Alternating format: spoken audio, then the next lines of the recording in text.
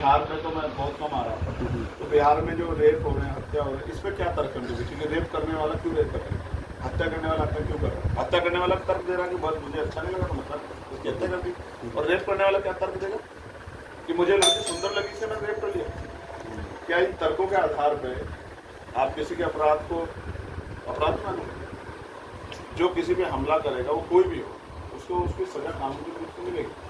मैंने जो सवाल आज आपके सामने किया है, आप उसको पूछो कि जो लोग रेप कर रहे हैं, वो इसके पीछे अगर आप उनसे पूछोगे कि इसका कारण क्या है, पहले तो वो कहेंगे हमने किया नहीं, और मौके नहीं पकड़े, लेकिन अब तक क्या कहेंगे?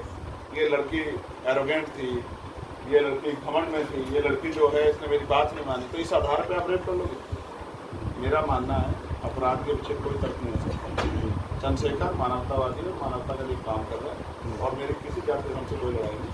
वैचारिक लड़ाई है, वैचारिक लड़ाई है मांझी जी, और वैचारिक लड़ाई रहेगी। आप अभी मैं उनसे भी मिला, जितना मांझी से आपको पता नहीं पता है, मैं उनसे मिला और मैं आपको बता रहा हूँ, मैं उनके पास गया मिलने के लिए, बड़े हैं हमारे, और मैंने उनसे जानने का प्रयास किया क्योंकि उनके पास बड़ा अनुभव है कि आपने आंदोलन कैसे चलाया, क्या मैं आपसे कुछ सीख सकता हूँ? 1 घंटा मैं उनके पास बैठा। बिहार में दलितों को भगाया जा रहा है, भूमिहीनों को। अब वो यहाँ पावर में होकर नहीं कर रोक पा रहे, तो मैं क्या कर सकता हूँ? यहाँ चिराग जी पावर में है, यहाँ मांझी जी पावर में है, और वो फिर भी नहीं रोक पा रहे, तो मैं क्या करूँ? अगर मैं उनकी जगह होता, अपने लोगों की रक्षा नहीं कर पाता, तो लात मार देता कुर्सी को। अब ये आदमी यहाँ आंदोलन करेगी, रोज कर रही है। आप सर पिछली बार आप सर रोज तो बीमारी में आंदोलन कर रही है। सर पिछली बार पटना में आए थे, तो आपकी जिस तरीके से भीड़ जुटी थी, चर्चा का विषय बनी थी, उसको लेकर एक पत्रकार ने तेजस्वी यादव से सवाल पूछा कि चंद्रशेखर आजाद भी बिहार में एंट्री मार चुके हैं, क्या लगता है चंद्रशेखर आजाद से गठबंधन होगा? तो इस पर तेजस्वी यादव ने कहा कि अगर सब लोग उत्तर प्रदेश की पार्टी अगर बिहार में आकर चुनाव लड़ेंगे, तो फिर हम कहाँ लड़ेंगे? देखो, तेजस्वी का अपना अधिकार, क्या कहते हैं क्या करते हैं उनको नहीं कह सकते, लेकिन मैं ये कहना चाहता हूँ कि हमारे लोगों ने तो सभी की सरकारें देखी, उनकी स्थिति कितनी बदली है,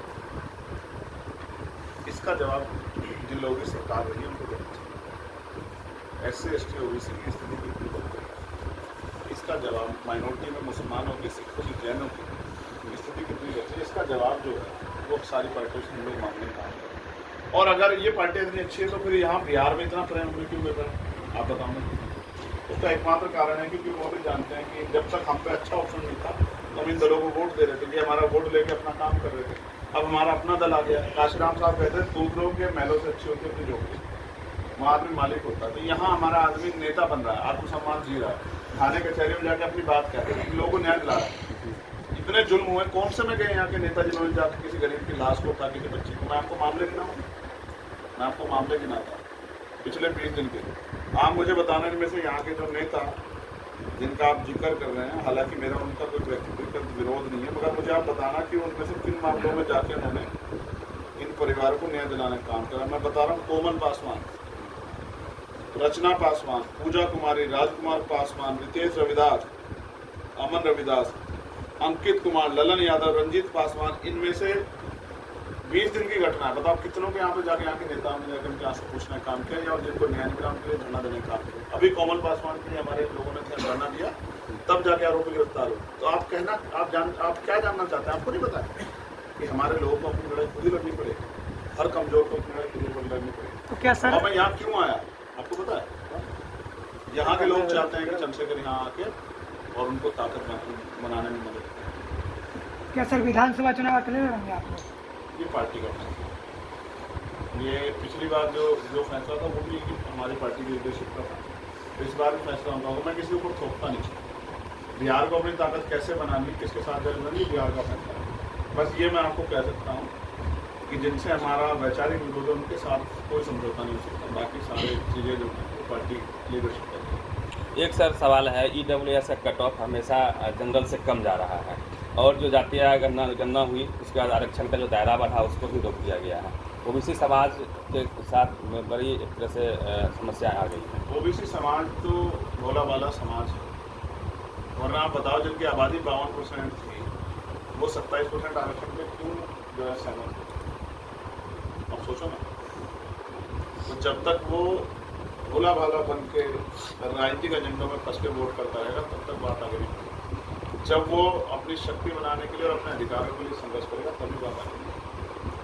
रही बात कट ऑफ की, तो ये तो सरकारी नौकरियां कुछ दिनों में खत्म हो जाएंगी। आप अपने यहाँ देखना लगेगा जिस तरह से निजीकरण हो रहा है, जिस तरह से संविदा, ठेकेदारी, लेटरल एंट्री का जोर चला है, उसके बाद तो किसी और आप ईडब्ल्यूएस की बात करें, SC/ST OBC को भी नौकरी नहीं मिलेगी, किसी को नौकरी नहीं, ईडब्ल्यूएस वालों को भी नौकरी नहीं मिलेगी, किसी को नौकरी नहीं मिलेगी जब सारा सेक्टर प्राइवेट हो जाएगा, सब रोते फिरेंगे। और मेरी लड़ाई सिर्फ आज के समय में ये है कि पढ़े लिखे नौजवानों को रोजगार देना सरकार की जिम्मेदारी है, और सरकार अपनी जिम्मेदारी का एहसास करे। वो नहीं दे सकते तो हमें अवसर मिले तो हम देख लेंगे। बिहार में कई बाबा सर आके बाहर से घूम रहे हैं, हिंदू राष्ट्र की लगातार मांग कर रहे हैं, चुनावी दृष्टि इस पे क्या कहेंगे सर? देखो, जिस तरह से किसी अन्य धर्म के राष्ट्र की मांग करना अपराध है, उसी तरह से इस धर्म की मांग करना भी राष्ट्रीय अपराध है। इस धर्म के राष्ट्र इस धर्म को राष्ट्र धर्म बनाने की बात करना भी एक तरह से क्राइम है। ये देश संविधान से चलता है, संविधान के आधार पर चलेगा। बाकी सबको अधिकार है कि वो अपने धर्म की जितनी ज़्यादा हो सके उतनी पढ़ाई करे, उसमें महानता होगी तो वो आगे